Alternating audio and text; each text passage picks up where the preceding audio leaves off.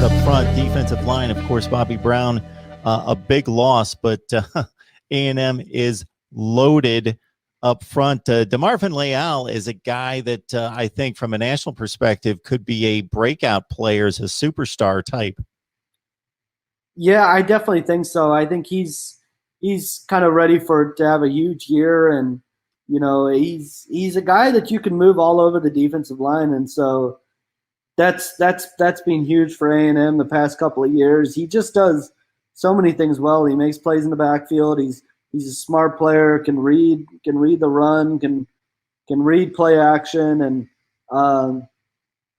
it's exactly the type of guy you want leading your defense. I think Jimbo Fisher's talked before about how much he just loves working and practicing and lifting and film and everything that goes into football, and that's a high praise for a kid that's only going into his third year in college to be that mature and have that sort of perspective. I think he's gonna be a really good player, and he probably one of the top players. He'll probably hear his name called early in next year's draft.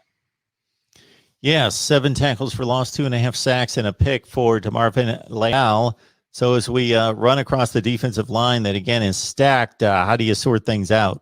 Yeah, I think it was a big boost for them. They've kind of had a couple guys that opted to take advantage of that extra year. And so when you look at just why this defense is stacked, I think that's one of the big things.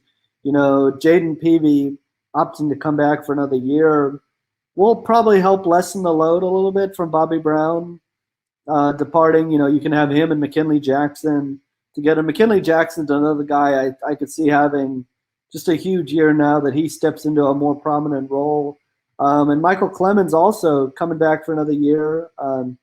He started to really flash and break out, and then missed the second half of the year with an injury. And so getting him back is a huge deal. He started to be a guy that could make more plays in the backfield and sack the quarterback, which is something he had struggled with beforehand.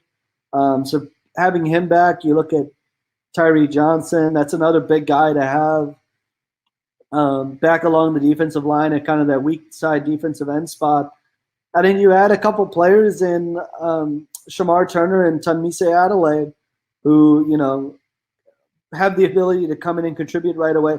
Not in a tremendously huge role, but I don't think you need him to. When you have a guy like Demarvin Layal and McKinley Jackson and Jaden Peavy there, but I think they're both certainly have a chance to factor in right away, along with a guy like Isaiah Rakes, who is heading into his second year and had a really good spring.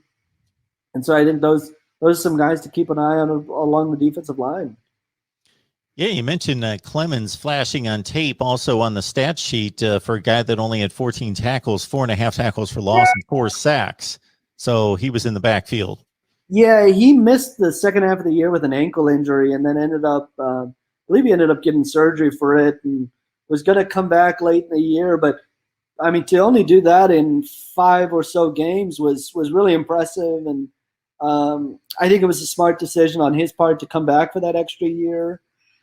Because if he can kind of carry on that sort of production, he could work his way into, being drafted next year. And, it's obviously a huge boost for A&M to have him back.